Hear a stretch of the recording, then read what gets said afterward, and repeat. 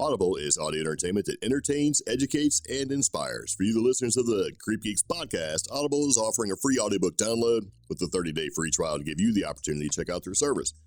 To download your free audiobook today, go to audibletrial.com/cheapgeek. Again, that's audibletrial.com/cheapgeek for your free audiobook. Enjoy this with your free trial. 30 days of membership free, plus 2 free audiobooks that are yours forever. 1 credit a month after trial, good for any book regardless of price. Exclusive member savings. Get 30% off additional audiobooks. Easy exchanges. Don't love a book? Swap it for free anytime, seriously. Again, that's audibletrial.com/cheapgeek for your free audiobook today.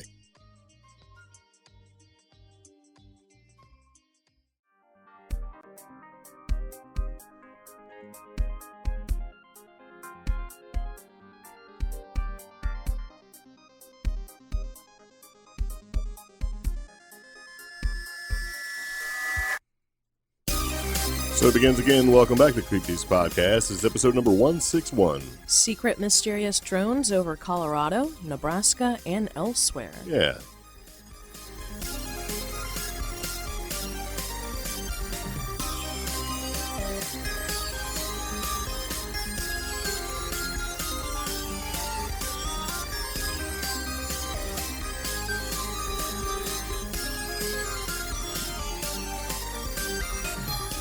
So here we are again. Welcome back to the CreepGeeks Podcast. If this is your very first time tuning into the podcast, very much appreciated. Glad to have you here and listening with us. This is our first new podcast of the new year. Yep.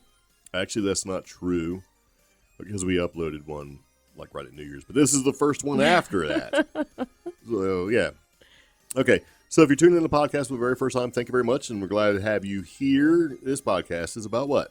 Well, the CreepGeeks Podcast is an offbeat news podcast that takes a lighthearted approach to the paranormal, cryptid, strange, the silly, and trending tech topics circulating the web, broadcasting paranormal news and fun stories from our underground bunker in the mountains of western North Carolina. Yes.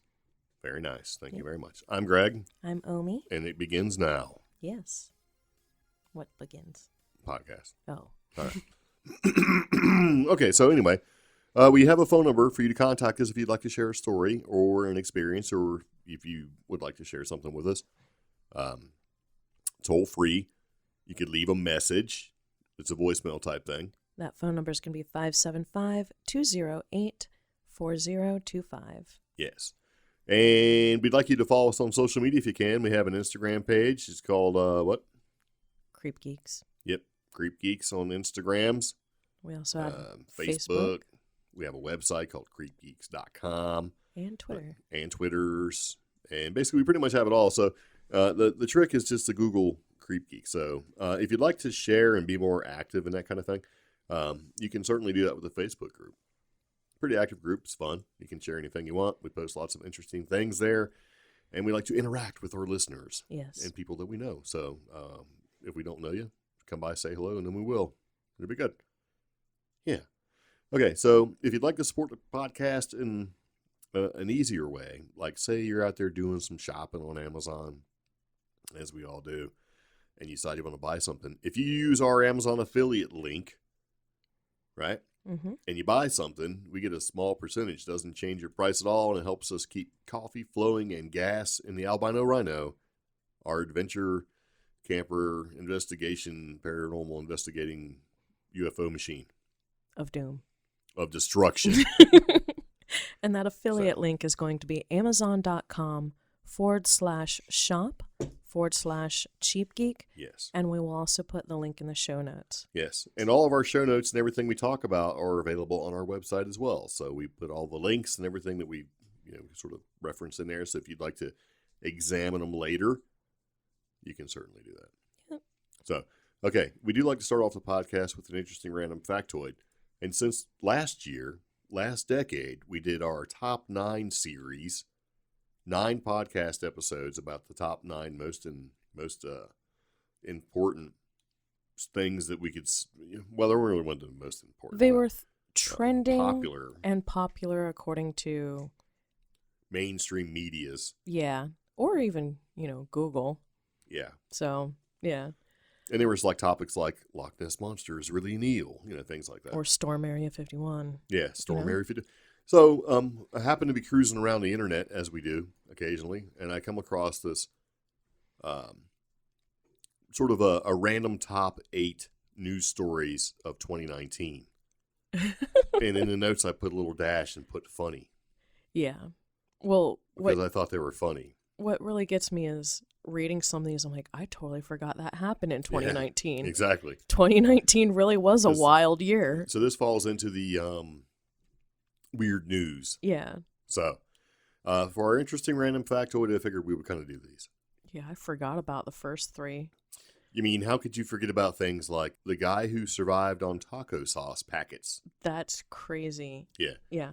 His car got stuck in the snow for 5 days. Well, he was an Oregon man. Yeah. You have to kind of put that out there. Yeah. So Oregon, where it snows like crazy, and this is a real possibility. His car got stuck in the snow for 5 days in February. Jeremy Taylor initially tried to escape, but found the snow too deep to walk through. He returned to his car and waited for help. After nearly a week, he was discovered by a passerby and dug out by first responders. When asked how he survived the ordeal, he said he periodically turned on the vehicle for heat and ate taco sauce packets for sustenance. Yeah. Yeah.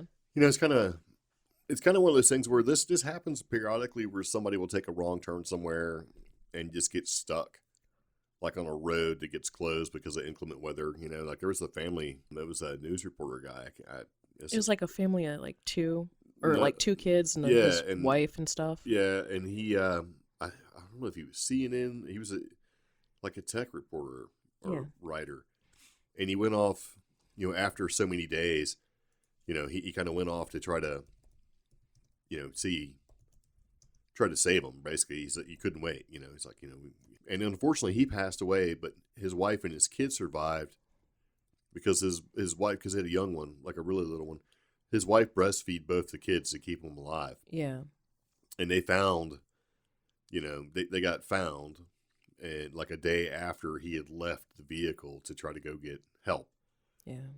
Because, they want you to stay with the car, but, they're getting desperate. And I guess, unfortunately, kind of fell off a cliff, or he succumbed to the elements. But if he would have stayed with the car, the rescuers would have found him the next day. And then there was last year that actor Charles Levin. Yeah. Yeah, where he left his car after taking a wrong turn, not in the snow. Yeah. But he left his car just trying to find signal, and he passed away. Yeah. So did his dog, too, unfortunately. Yeah, poor thing. And then when we first got to New Mexico, there was a couple, like in Arizona, an older couple that went off, just turned down a wrong road, got stuck in some mud, and they stayed, and they basically passed away. And then there was a White Sands, which is now a national park in New Mexico. A French couple vacationing in the park got off the trail, and mom and dad died, but the child survived. So it's a thing. So this guy actually survived on Taco Bell packet. Taco Bell, I don't know if it's Taco Bell. I shouldn't say that. It's taco sauce packets. But who do you know sells taco sauce packets? And who keeps them? Yeah. I mean, maybe they have them for, I don't want to mention any names. But what? Allsup's. They have taco sauce packets. Yeah, but he's in Oregon. Yeah, that's true. So. They might. That's possible. Yeah. So, yeah, that was pretty crazy. It's like, wow, he survived on taco sauce packets. And that's kind of something that a lot of people don't think of, but we have a camper van, so we carry food and water because we go camping, and by camping, we pull up to our spot where we're going to be, and we're ready to roll. It probably wouldn't hurt to keep something in your car to keep you safe. Yeah. Maybe some candy bars, maybe a gallon jug of water, maybe some something. Peanut butter. Yeah. Oh, that'd be great. You're like stuck in the middle of nowhere, and all you got is peanut butter and no water. Oh, yeah. That'd be terrible. Yeah. You should just bring some syrup with you to wash it all down. So, yeah, but see, that was a crazy story. We didn't really talk about it because it's not part of our paranormal and weird news, but I thought it was pretty interesting. The next one we sort of talked about, it was this exotic bird. Right? Yeah. It's this beautiful orange bird on the side of the highway in England. Orange, yellow, yeah. Yeah, it looked exotic. And they're like, oh, what is it? So they took it, right? This exotic bird. They took it to, an animal hospital because it was on the side of the road, right? And they gave it a bath. And turned out it was a seagull who was covered in Vindaloo curry. Vindaloo. whatever. Yeah. Vindaloo curry. And basically, after they gave him a bath, it returned him to his ordinary white coat of feathers and set him free. But like, what is an exotic bird? It's just an old They had to wash him seagull. like 3 times in dawn. Like Yeah. we have to do our pans when I make like curry. I gotta let them soak overnight. So. And then the other story that was kind of gross that we didn't talk about. The lady who went around licking ice cream. Yeah. In June, a woman walked into Walmart, opened up a tub of Bluebell tin roof ice cream, and licked it before putting it back on the shelf. Yeah. And that sparked the hashtag ice cream challenge, where others licked unsold ice cream and then posted proof on social media. And like, not only is that's just disgusting. And so companies started putting it, they all now have that little plastic layer across the top. And some of them had to take it a step further because you have these really, like, the superstores where nobody's down that aisle keeping an eye. And there were photos on social media of, like, the ice cream having the video game lock on it. Really? Yeah. And I was like, huh. And you looked at it and you were expecting, like, Walmart. No, it was like a Smith's tag. Wow. So I thought that was really sad. Yeah. I don't know what I would do if I just seen somebody licking ice cream. I would call the police. Put them back. What if they didn't wash their hands after going to the bathroom and rubbed their fingers all in it and stuff? Yeah. Because according to a statistic that I just made up, 35% of the people that go in the bathrooms don't wash their hands. Oh, gosh. Or use toilet paper. That's so horrible. Yep. And you're making it up. Yeah. So you know what else sucks? This lady swallowed her engagement ring.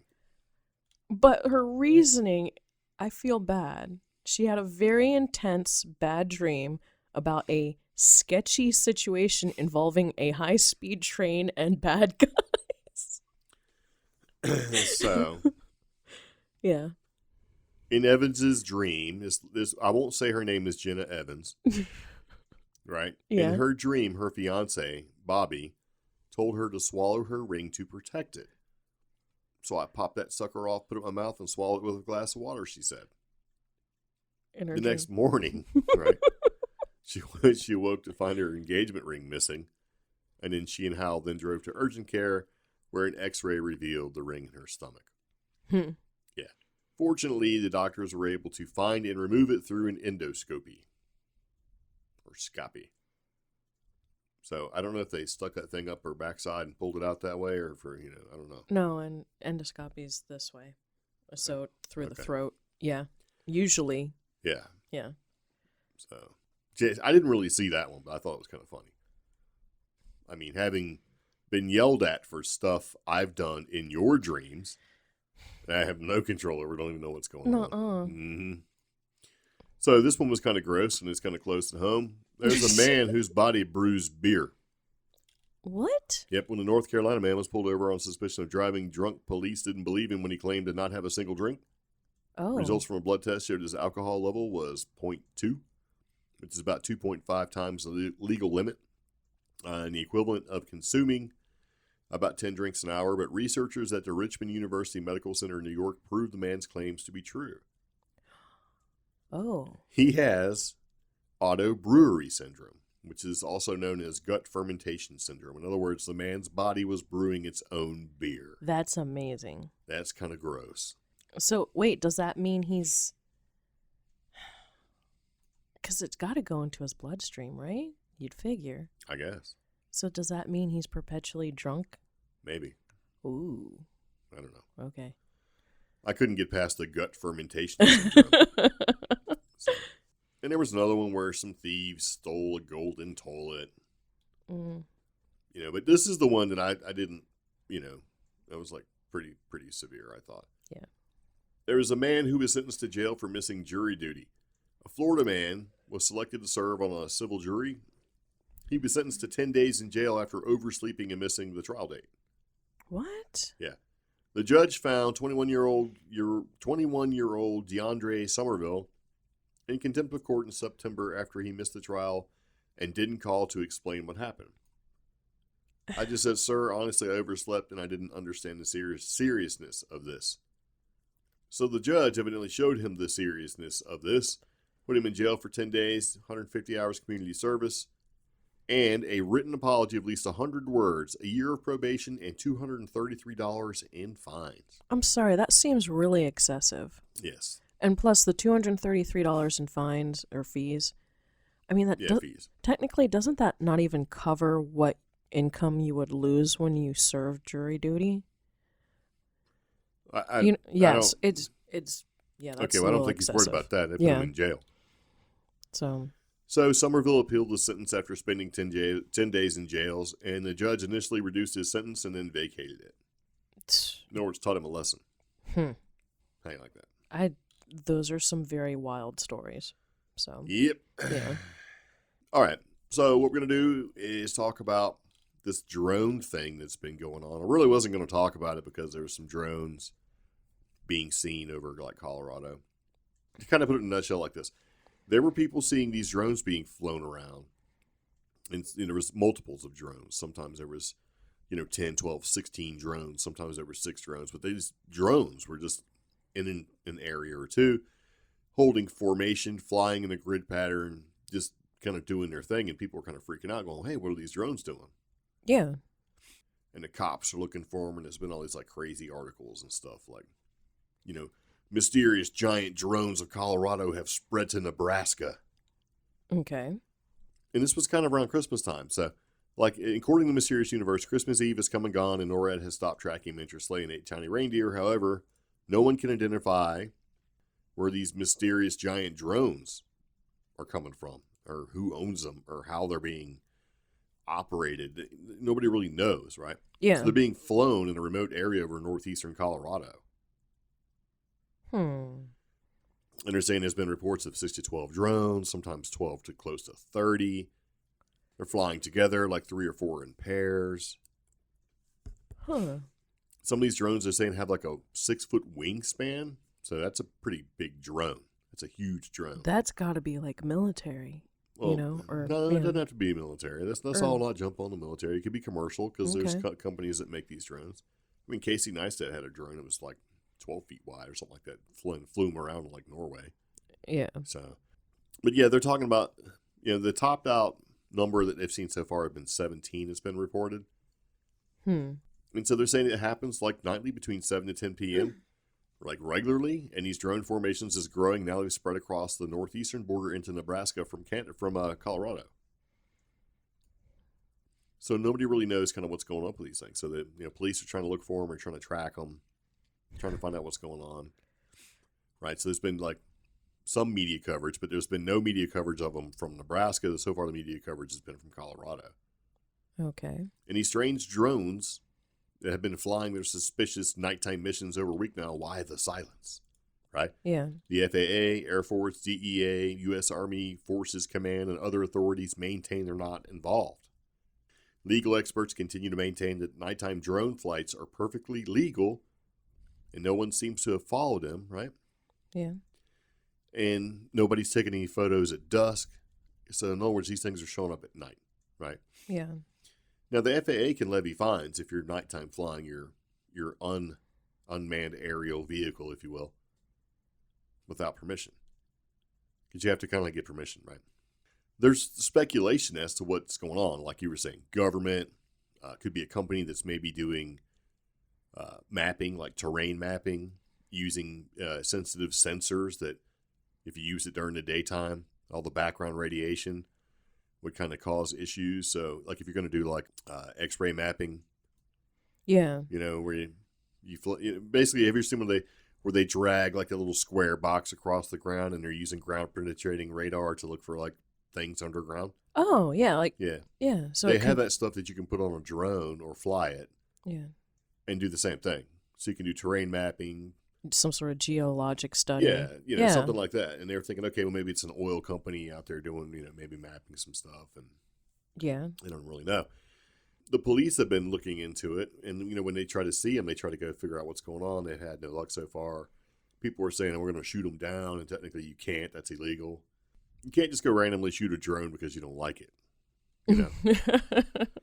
Because people do that. I seen a drone flying by my house and I shot it down. And then, Quora that was in the news. Yeah, it happens a lot. And like even on Quora, they're like, if a drone flies over my house, can I shoot it down? Will I be held responsible? And it's like, absolutely, you'll be held responsible. You go shoot somebody's $1,200 drone out of the air. Yeah. Just because they flew by you. There's no cost for that.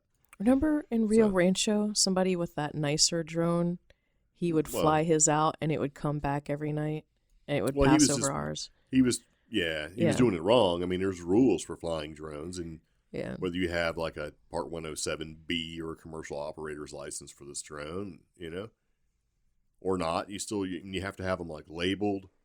You have to have like you have to basically register your drone with the FAA, right? Especially if it's over like 2.5 ounces or whatever it is, or grams. It's some kind of number. I think it's 49.9 grams or something. No, well, it's like 250 grams, I think, is actually what it is. Hmm. But you have to have them registered. If you're going to fly in a certain area, you have to actually call like the local airport and get with the flight controllers at the flight tower and say, hey, this is where I'm going to fly. There's all sorts of rules. Can't fly over 400 feet. Can't fly out of line of sight, so you have to be able to keep your eye on it. Nighttime flying, you're not supposed to be able to fly. You're not supposed to fly over people or property. There's a bunch of rules. Yeah. And here's these drones flying around in formation. So, depending on what's going on, they may be flying illegally or not. Who knows, right? And if they're not. But the thing is that these are giant-ass drones. These are like big drones. They're not like, let me break out my DJI Mavic Pro tiny drone or the new Mavic Mini. Yeah. Or even like, my Phantom 4. That's not like that. These things are like 6 foot. And, which is suspect. It's, it makes, it's rational for people to be kind of like, is it government? Is it some sort of secret organization? Is it like a university doing a top secret project? Well, technically, if it's a university doing a top secret project, they still have to let somebody know. Yeah. And the people that you would contact, like the FAA, Air Force, DEA, Army Forces Command, or whatever, they don't seem to know anything. And if you are doing a project like that, if you are flying legally at night, you need to have those lights on. There's lights on there. Yeah. And so there's all sorts of speculation. And there's like theorists. I don't want to say the C word. Yeah. But there are tinfoil hat. Theorists who are calling it must be some kind of action taken. They're like, oh my gosh, this could be government. This could be whatever. Mm-hmm. The problem is that it's gone from Colorado into Nebraska, and it seems like these things are traveling. Okay. They're not just in one spot anymore. So now another state is reporting them. So they seem to be moving. Now, I came across this thing from this person, Norio Hayakawa. Mm-hmm. And I have no idea. I've never heard of this person before. I was on Facebook, and somewhere I'd seen this, and I can't remember exactly where it came from. I was going to share it to our page on Facebook, but I didn't because it's kind of out there. And plus, we're tired of getting hit for out there stuff. We have a link to his page, like actually in the show notes, the guy's WordPress blog page. And you can kind of read it if you will, but I'm going to sort of summarize it for you, and it's actually pretty scary. Are you scared? Mm-hmm. Okay. So it's this, of course, the source is unconfirmed. Not going to say what it is other than it's a far out theory. And there's a little article that was written January 5th, 2020. And it says Civilian Intelligence News Service, which I've never heard of before. But anyway, article that says, behind the mysterious drone activities in Colorado, Nebraska, and elsewhere. 300-page document. It's labeled of special importance, right? Okay, so this 300-page document is a current surveillance activities of the 90th Missile Wing as it pertains to the massive drone search currently being conducted over their vast Great Plains intercontinental nuclear warhead armed ballistic missile test fields, or ballistic missile fields, I should say. Okay. A massive drone search operation that's now moved from the ICBM fields in Colorado to those in Nebraska, which strongly suggests something is being urgently sought after. And the worst feared scenario, of which has gone missing, is, you're supposed to say nuclear warhead. Okay.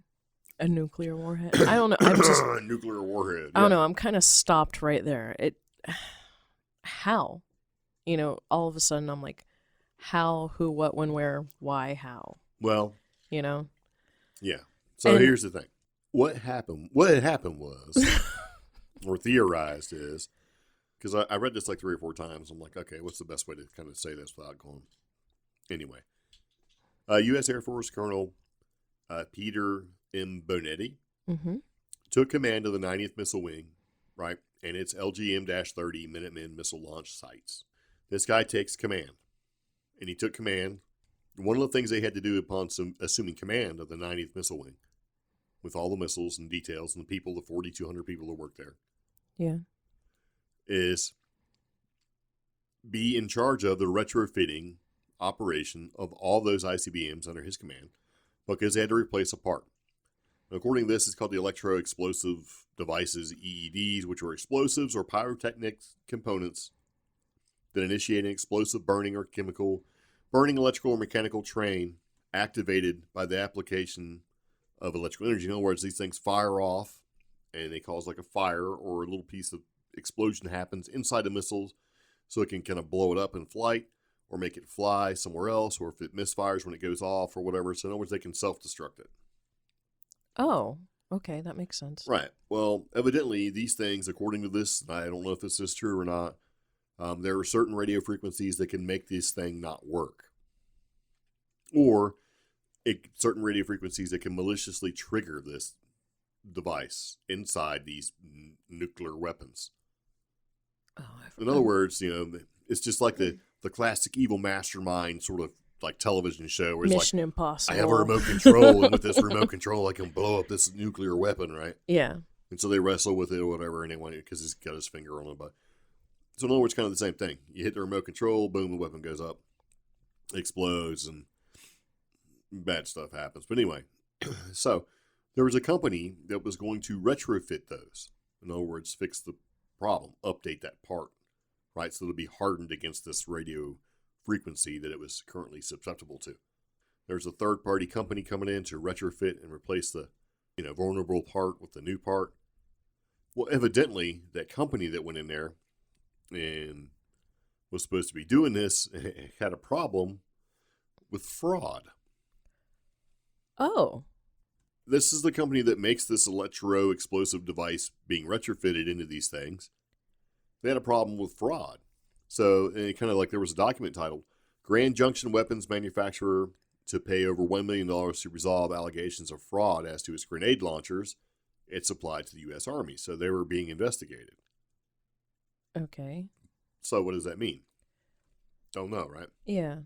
So, and according to this unsubstantiated sort of report here, the cops showed up and the lawyers showed up and the investigation team showed up and they're getting records and they're doing all this stuff. So the theory is that when all this was going down and the company's being investigated, that somehow or another a warhead got lost. That's a really convoluted trail, but that's terrifying. Well, the company's doing their thing. They're investigated for fraud. Evidently, they weren't living up to their wrongdoing. So this bad company, evidently, boom, something gets lost. So this company was awarded $88,733,141 for a cost plus fixed fee contract for operational counter small unmanned aircraft systems that use open systems architecture, software, hardware, whose drones are making a massive systematic grid-by-grid search of the Great Plains Intercontinental Nuclear Warhead Armed Ballistic Missile missile fields.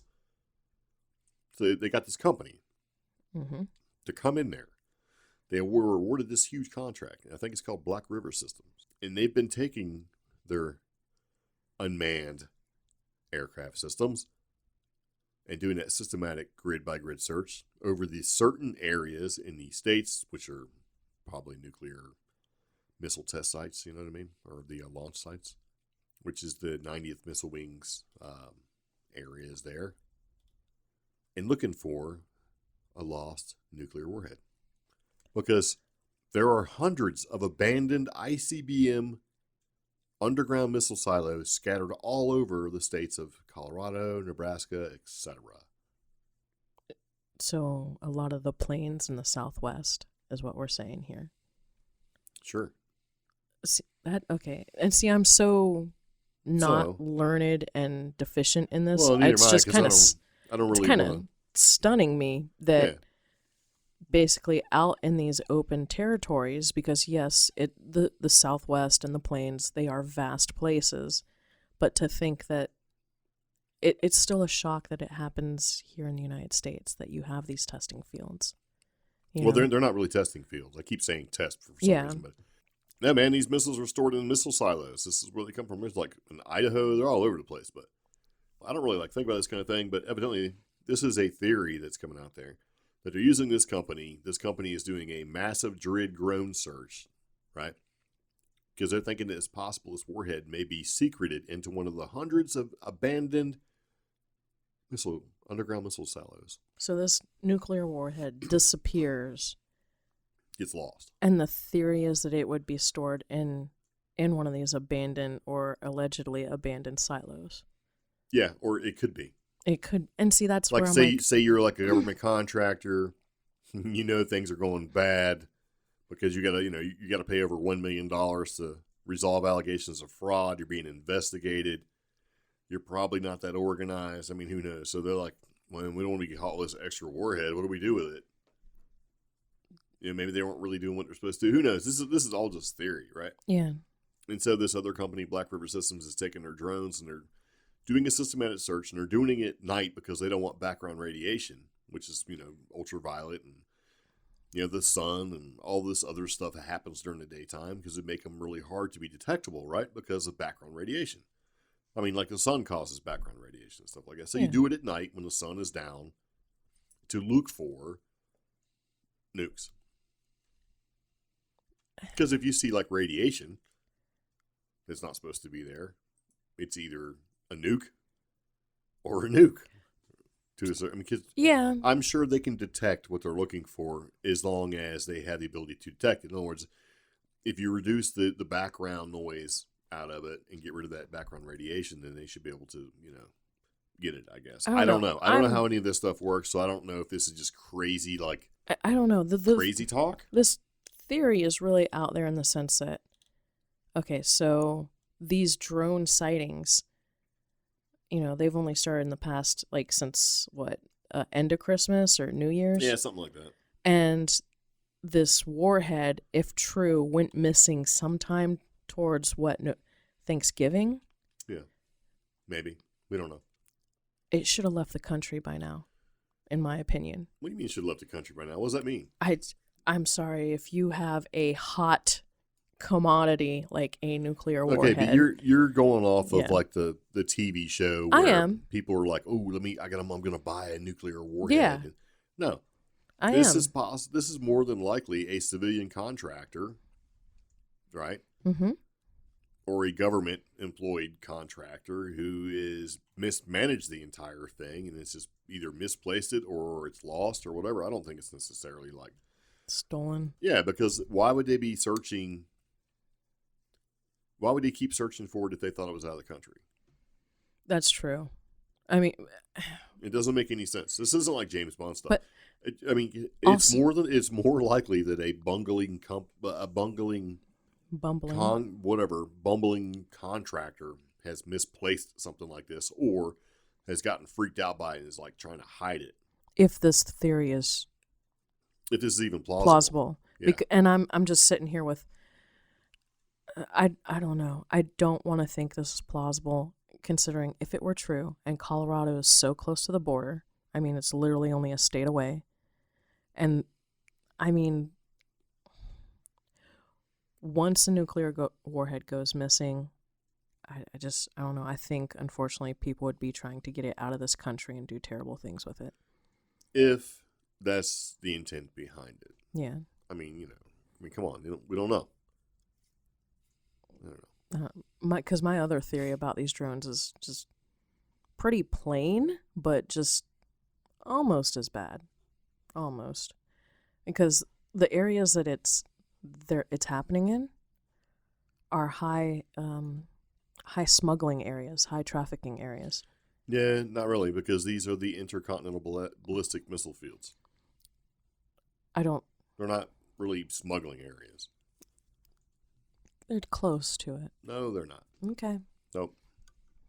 I just want to think it's like maybe some like the coyotes and the drug traffickers are taking their activities to high tech level. Yeah, but why would that doesn't make any sense to me. Why would they do that? So they can see the coast is clear? They don't need to. They've been doing this. There's been people crossing the border illegally for a long time. They don't need a 6-foot drone or 15 or 20 drones flying in formation to tell them that the coast is clear. Our actual border is pretty, yes, we understand the problems right there. But once they get past that border, you have to go to some of these other states so that you're kind of closer to being in the clear. Right. But, and those states are places like Colorado and Nebraska. Okay, but yeah, it would be easier to keep coming in through Texas and California. Mm. Because, I mean, with Colorado, you still have New Mexico, right, and Arizona. You know, why would they be in the northeast area or basically top right corner of Colorado as you're looking at it? Because, I mean, you have Colorado, Wyoming, Nebraska, South Dakota, and then you also have Montana and North Dakota. Those are great places to have large fields of intercontinental ballistic missiles. True. So the idea that they're worried about smugglers or something, I don't think that's the case. Either it's a bunch of people flying stuff around. Maybe it's a production crew that doesn't have the budget for the film, and they're like trying to make some kind of cool thing.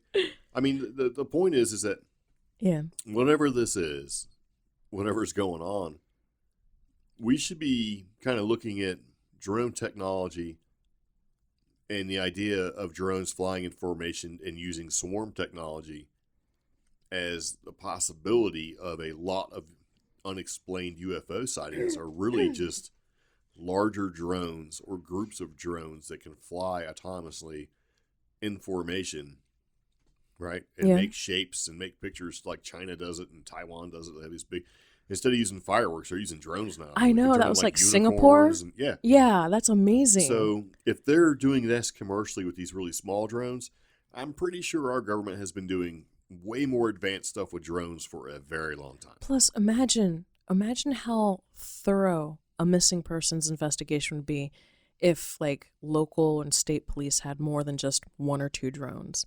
If you had a bunch of drones in unison scanning our missing people in national parks, like missing 411, I mean, that would be so great. Well, you know, you really don't even need that. You just really need one good drone that's, with a thermal imager. Yeah. And you can, like, there was a kid lost, like, in a cornfield. They couldn't find him. And, they have acres and acres and acres of corn, right? Yeah. They couldn't find him, and they put up a drone. And the drone flew by, and he had a thermal imager and basically found a couple of hot spots. And they went and checked 1 or 2 of the hot spots and found a little kid. Yeah. But the problem we have with drones is they're enacting so many rules with drones. It's going to become more hindersome, I think, than actually good. Because they're trying to pass regulation now that if you have a drone that weighs over 250 grams, that it has to have the ability to be tracked effectively by the internet at all times. So you have to buy a special, if your drone doesn't come equipped with it, you're going to have to buy some kind of special hardware, right, to where your drone can be tracked during its entire time of flight. Okay, so if you have a drone that you bought, and here's where the kicker is. You're going to buy your drone, and it has to be able to be tracked. So you're going to use an app or whatever so that it can be tracked through. Yeah, your app already does the tracking. No, it has to be tracked a separate way. It has to be tracked with your transponder ID, which you have to get from the FAA, right? Mm-hmm. So that they can track it almost like they track planes as they fly, right? And commercial aircraft as they fly, helicopters as they fly, where they can be tracked with this tracking system. I don't know the name of it exactly. Now, and it also has to be to where it tracks the device, and you have to be able to maintain the device as it's being tracked as well. So you have to have the tracking data on your device or your phone or whatever it is you're storing it to. It has to be able to be seen by a third-party tracking company, which you're going to have to pay a subscription-based fee to. There's somebody trying to make some money, right? And this is all done through the internet. And you know what? And it's done through cell phone service. So what happens when you don't have internet or you don't have cell phone service? Then technically you can't fly. Yep. And you know what that tells me, though? It also tells me the FAA tried to take those rules and regulations to the drone manufacturers, and they said no way. So now No, they're just trying to... that's not it at all. Absolutely not. They're trying to take it... The FAA does not give a about drone manufacturers. Not a bit. These are rules that they put in place. So they're trying to impose those rules on the people. No, it's not imposed. They are going to make these law. Impose, yeah. No, it's not imposed because they don't see it as... This is the point I'm trying to make. They don't see it as an imposition. They see it as, this is law. This is what we're going to do. And they're going to give you a chance to vote on this legislation because that's what it is. And then after that, it's going to take roughly 4 years to implement it. It's not an imposition. It's the law. They don't be like, oh, we're sorry to impose. The theory is that they're really doing this because they have huge companies and corporations that really want to start flying. And they want to be able to track this commercial airspace, like Amazon, right? Mm-hmm. UPS, FedEx, all these delivery companies to actually go out there and do it. They need to be able to have a way to track them all, like air traffic control. And this is what they're going to do. So for a big company like Amazon, it's not a big deal to buy a drone and have this technology in it where you can basically, it has to be tracked the entire time. They don't care because they can use satellites to levy the tracking thing. Just like it'd fly a helicopter around. A helicopter's got to be tracked too. Anything that flies. That's the FAA's goal. Anything that flies, they need to be able to track it anywhere, whether it's in commercial airspace, in residential space, or whatever. And so it really screws people that want to fly drones. And they're trying to say, well, you guys are like commercial aircraft, or you guys are like recreational or hobby aircraft enthusiasts that are like go to a park and they fly it around a big square. Mm-hmm. Yeah. Don't be mad, bro. No. To force something unwelcome or unfamiliar to be accepted or put in place. Yeah, but see, they don't look at it as being an imposition. They're not forcing you to do anything. No, they're saying this is the law that everyone has to adhere to. So if you would like to do this, then you're going to have to be a part of it. So you're forced to do it. No, you're not. You're not forced to do anything. You don't have to fly. This is how the government looks at it. They completely don't see it as an imposition. It is If somebody... They don't care if it's cost prohibitive because what are they using? Law. This is all for public safety. No. And it's not because we know that. There are the amount of drone incidents, whether it's trespassing. It's hyperinflated. Or actual harm to kids or anything like that there are huge companies that are lobbying against basically having a recreational drone pilot to be able to fly. And the reason why they're lobbying against them, because they don't want recreational drone pilots to be able to fly. And they want these rules or laws enacted by the FAA, because what that'll do for them is it keeps companies like Amazon, UPS, FedEx, all these other delivery services from being able to fly their drones commercially, because that's what they do. They deliver. Yeah. So why would you pay, So there's all these people that have a vested interest in not having this go through. And there's also the huge corporations have a vested interest in having these go through because they're like, fine, we'll do that. Anything you want to be tracked, we don't have a problem with it because they have the infrastructure and the money to support it. And at the end of the day, the person who spent $300 on a drone is going to have to spend $1,500 a year just so you could track your drone. And here's the thing too, if you can't make your drone trackable, right? Mm-hmm. Then you're only allowed to fly in like spots that are designated by the city or the county that you live in. Which is stupid as hell. It's like, why?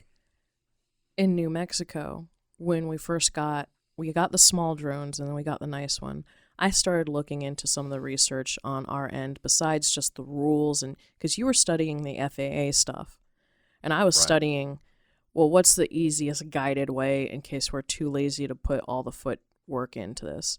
And there's that one drone school in Albuquerque. Now there's two where through and through, past the education, it's going to be $1,700 a year.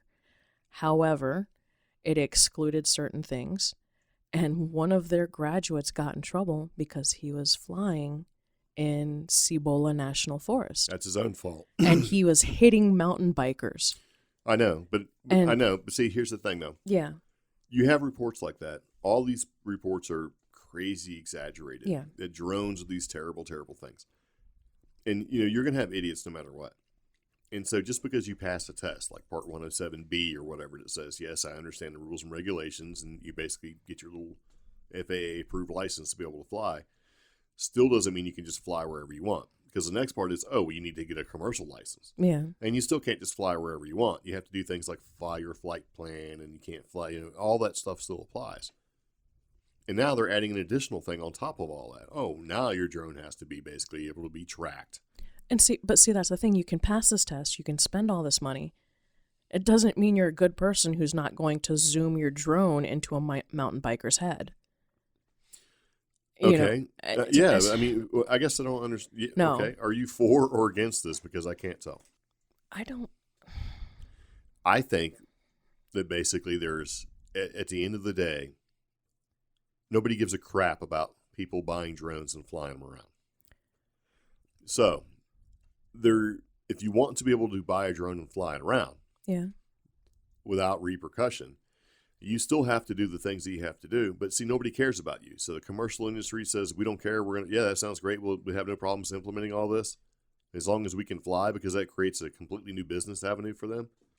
I think that they're not making a distinction between a recreational toy drone or a drone that's slightly larger than a toy drone and these big 6-foot drones that are flying around like Colorado, right? Those huge commercial drones. They're not making a difference or distinction between the two. And so the little guy is getting all hung up in all this stuff when it doesn't have to be that way. I mean, realistically, all the drone incidents that they've had, it's been completely hyperinflated. Yeah. Like when they shut down the airport in freaking England for like 2 days because somebody thought they seen a drone, and at the end of it, they couldn't find any evidence of it at all. Yeah. So it's this drone hysteria, much like, she's a witch, it's this sort of thing, right? And at the end, they were like, well, just because we didn't see it didn't mean it wasn't there. It's like, okay. Yeah, I remember that. You guys look like a bunch of jackasses because you completely overreacted with the whole thing, right? And it's kind of like, do you really need to regulate it like this? No. I just think they don't make a distinction, and that's the problem. They're regulating it all ham-fisted, and this is one of those things. It's kind of like with YouTube, and YouTube has the whole which is the point I was about to make. And if you don't know about COPPA, if you're listening and you have no idea what we're talking about, it's another thing where the government is getting involved, and they're just like, this is how it's going to be no matter what. And they're not taking into account all the situations. There's this overwhelming surge in government overreach, and the big players involved are either like commercial or some form of lobbyists, and it's affecting, again, it affects nobody at the top and nobody who can afford it. It affects the middleman. Yeah. So whether it's these drones, like a small real estate company who wants to improve the visuals of the houses they're trying to sell, or if it's a middle of the road YouTuber, these are the smaller guys that are getting affected.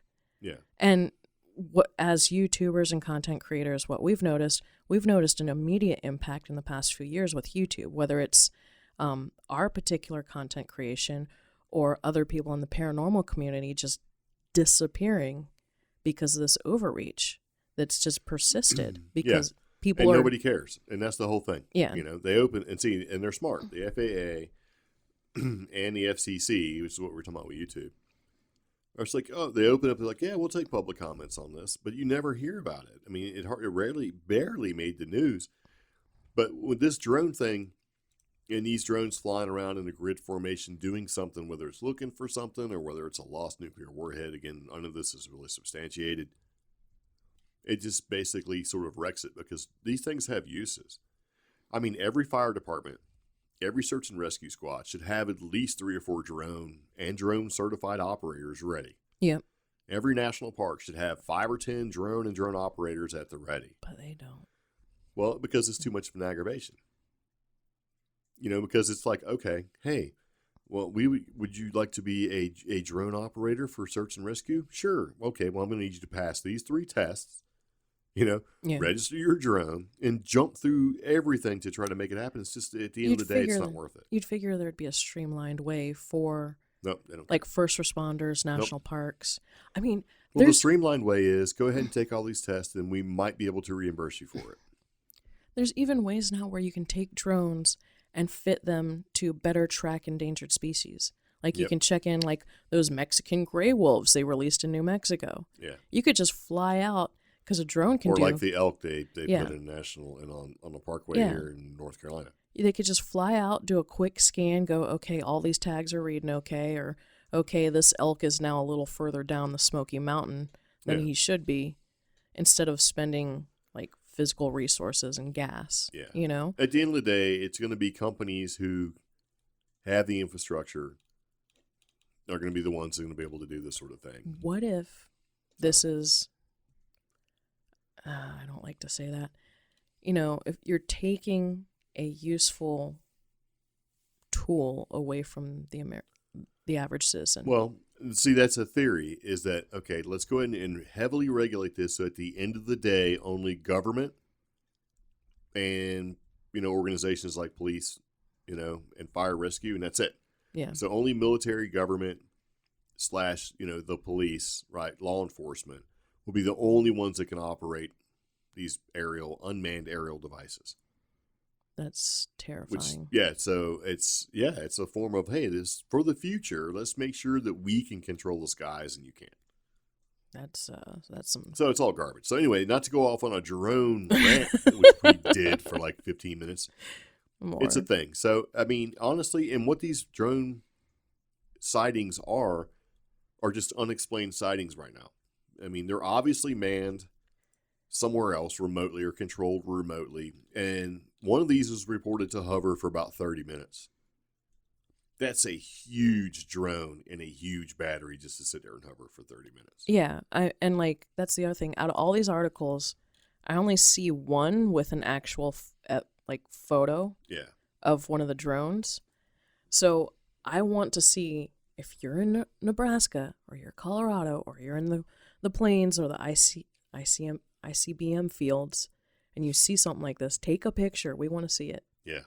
Because just if 6 to 10, 6 foot wingspan, 3 to 4 in pairs, that's noticeable. There was also one that was like a fixed wing. Oh.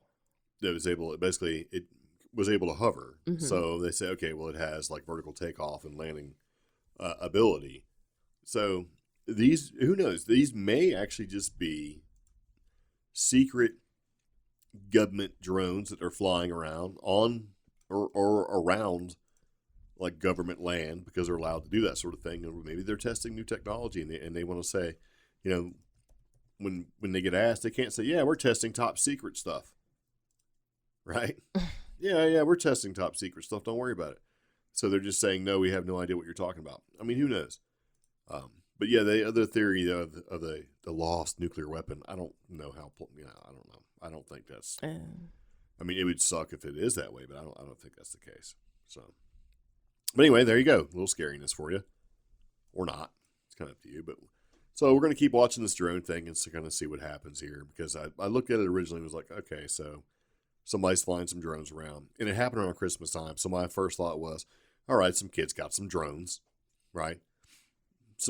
Maybe a family bought a couple drones, like maybe mom and dad are out there trying to bond with their family over, hey, let's fly some drones around, without actually having any idea about the FCC and everything else.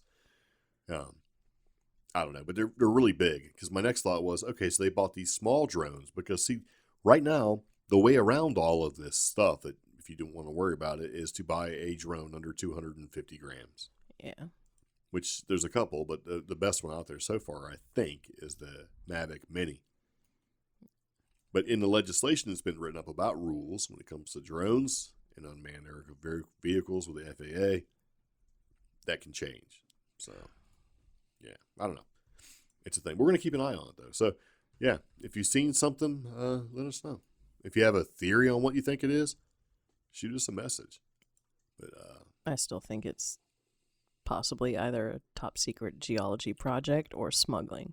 I still think top secret. There's a combat force of geological nerds. Yeah. Ready to jump in there. Or okay, so like one of the articles mentioned Limon in Lincoln County, which they've had some problems in the past with trafficking. Yeah, but I don't necessarily think it's human trafficking though. Because honestly, you don't need a flying formation drones to do all that. I mean, you just send one drone up because the higher you go, if you can go 500 feet in the air and you have heat imaging technology and an operator, you can see them running around. I don't know.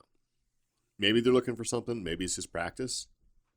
That's possible too. Maybe they're practicing. Maybe you have some drone operators that need some practice. Oh, and it would make sense to do it training. at night. Yeah. Yeah.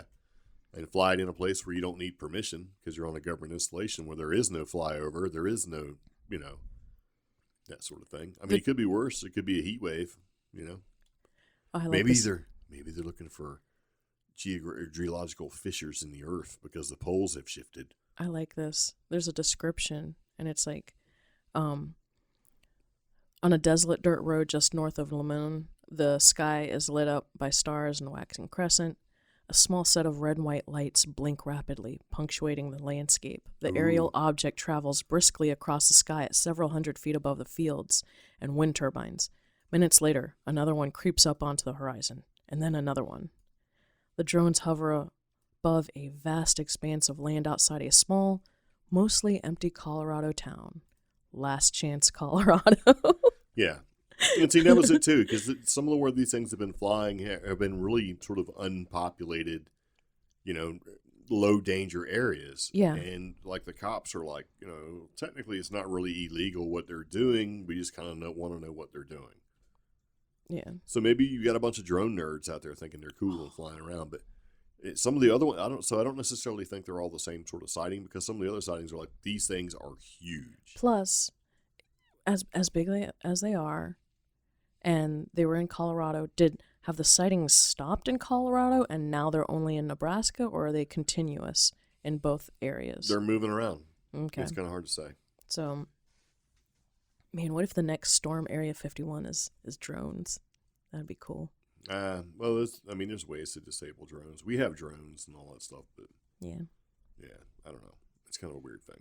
And then the cop that's investigating this, or sheriff investigating this in Colorado, he's got like a little murder map of drone sightings. Yeah, he's like, I go out and look at them if I can find them, but yeah, I don't know. But the ones that are really big, those are the ones that are pretty interesting. So, who knows, man? Right, it's going to come out sooner or later where somebody's going to see this.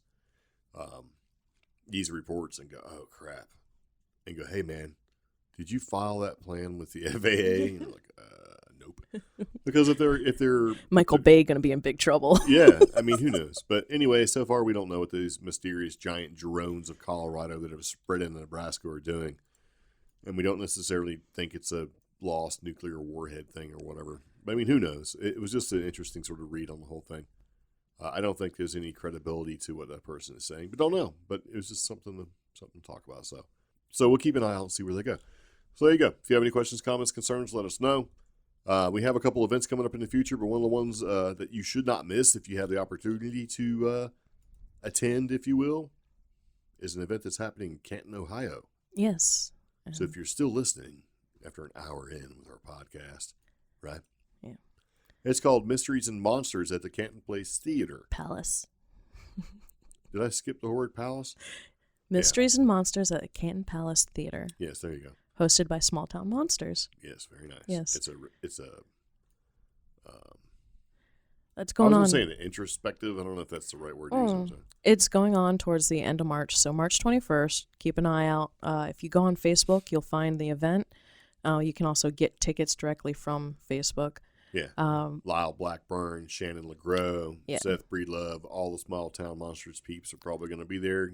They're basically going to play like movie screenings all day, and it's only $12 to get in, y'all. Yeah, and I think they're actually doing the On the Trail of UFO series. Yes, which I really like want to see. It's like a 5-year anniversary. So we have a link in the show notes if you'd like to kind of check that out. If you're in Ohio and you want to go, you should probably go. It's $12 to go see a bunch of movies all day long with a bunch of people that like weird stuff like you do. Sounds great. And we're going to be there. Yeah. It'll be fun. So if you see us, come up and say hello. Super excited. Yes. So, alrighty. I think I'm about done. What do you think? Yeah. Questions, comments, be sure to email us, contact@creepgeeks.com. Alternately, give us a call. That phone number, again, is going to be 575-208-4025. Yes. Yeah, that's it. Cool. Well, alrighty, there you go. We talked about drones. If you have any questions, let us know. Yes. See, this is why I don't want to fly my drone. It's an aggravation. It's like, oh, gotta get the serial number. You gotta make sure the serial number is on the drone. You gotta make sure it's registered. Make sure it's just so. And then plus, if they fine you like $15,000, which they can do, it's the government. They don't care. They're like, oh, okay. That's why they don't see it as being an imposition. They're like, this is how it is. It's a law. There's a difference between the word imposition and impose. They don't see it as them imposing anything. They say, oh, it's public safety. This is how it is. So, anyway, that's all I got. So, thanks for listening. New content every week. Be sure to turn in. Yep. So, see you later. Take it easy. Bye-bye. Bye.